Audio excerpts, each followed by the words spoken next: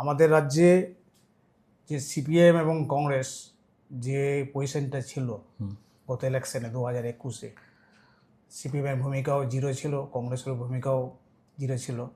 তো 2026-এ আমি দেখছি যে সিপিএম এবং কংগ্রেস দুটো পার্টি কিন্তু আস্তে আস্তে জেগে উঠছে এবং ওরাও দাবি করছে যে আমরাও আজকে ওয়েস্ট বেঙ্গলে 2026-এ বিধানসভা ভোটে কিছু সিট পাবো এবং ধীরে ধীরে কিন্তু ওরা মানে উপরে ওঠার দিকে চেষ্টা করছে।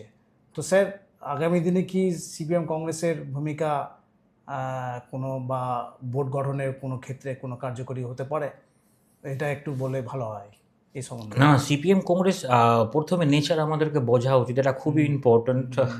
অ্যাকচুয়ালি আমাদের বিভিন্ন স্টেটের নেচার কিন্তু ডিফারেন্স হয়, পলিটিক্যালি এনভায়রনমেন্ট। কিন্তু ওয়েস্ট বেঙ্গলের এনভায়রনমেন্ট আগে যেভাবে ছিল, আপনার 14 ইয়ার্স আগে, সেটা এনভায়রনমেন্ট পুরোপুরি আলাদা ছিল। এখনকার এনভায়রনমেন্ট পুরো পোলারাইজ এনভায়রনমেন্ট হয়ে এসেছে। তার নিরিখে আমি যদি বলি, পোলারাইজ এনভায়রনমেন্টে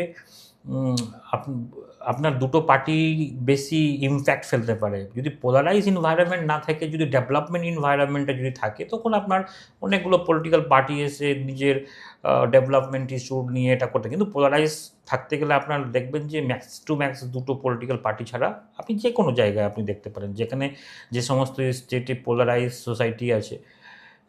তাছাড়া আমি যদি বলবো যে কংগ্রেস এবং সিপিএমের দিক থেকে যদি তাদের আমি পয়েন্ট অফ ভিউ যদি বলি, তাদের কিন্তু গ্রাসরুটে বা গ্রাউন্ড লেভেলে তাদের সাংগঠনিক যে 3 ইয়ার্স টু 4 ইয়ার্স একটা যে বুথ লেভেলে তাদের যে অর্গানাইজেশন থাকবে, অর্গানাইজেশন ইন দ্য সেন্স কি, মাসে একটা মিটিং করলাম বা 6 মাসে মিটিং করা, এটা কিন্তু অর্গানাইজেশনে ইম্প্যাক্টফুল না।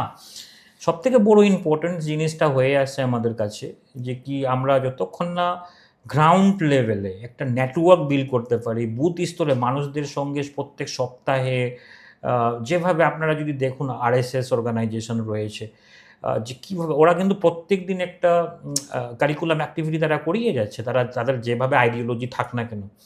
কিন্তু আপনারা যদি যতক্ষণ না গ্রাউন্ড লেভেলে বুথ স্তরে আপনি যতক্ষণ না সংগঠনকে মজবুত করেন, আমার তো মনে হয় না যে কেউ 21st সেঞ্চুরিতে 2014-এর পরে সহজে মানে পাওয়ারে আসতে পারে।